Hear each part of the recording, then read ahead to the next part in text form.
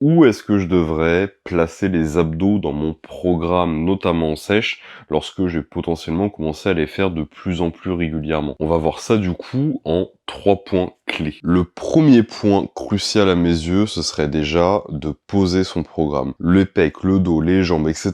Poser chacune des séances et des gros muscles dans sa semaine et ensuite y agrémenter les petits muscles, que ce soit les mollets, les abdos, le cardio, les lombaires, etc. Là, on est sur les abdos. Donc, dans quelle séance je peux glisser, idéalement à la fin, parce que avant ou pendant, ça peut me pénaliser pour d'autres muscles. À quel moment je peux glisser des abdos à la fin? Faut que je trouve une séance qui est pas trop traumatisante, pas trop longue, pour pas exacerber le trait traumatisant de cette séance ou la longueur de celle-ci. Donc dans quelle séance je peux faufiler mes abdos sans impacter négativement la récupération de cette séance-là ou de ces séances-là si je le fais plusieurs fois dans la semaine. Le deuxième point clé, la deuxième option, la deuxième proposition que je vous fais aujourd'hui, elle fait un petit peu écho à la vidéo que j'ai fait sur quand placer son cardio, qui est un petit peu dans le même raisonnement sur cette idée-là. C'est partitionner les efforts pour limiter le traumatisme ponctuel. Plutôt que faire une grosse séance fatigante, que ce soit de l'entraînement ou du cardio, échelonner et partitionner au maximum les petits efforts à droite à gauche pour avoir constamment une petite dépense et pas avoir une dépense trop grosse, trop fatigante d'un coup. Ça peut être intéressant du coup de faire les abdos par exemple le matin au réveil ou alors en jour de repos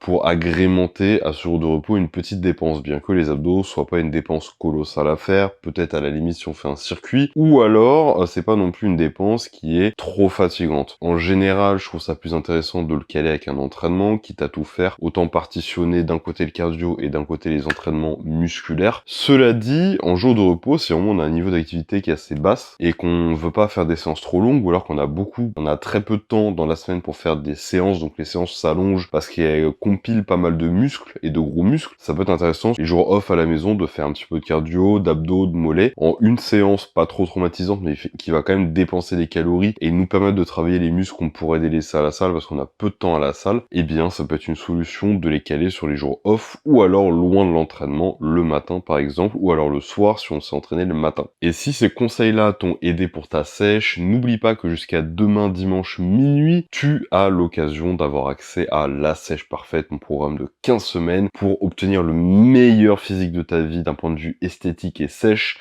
N'hésite pas, l'offre est limitée et l'offre n'arrivera qu'une fois. Lien dans ma bio.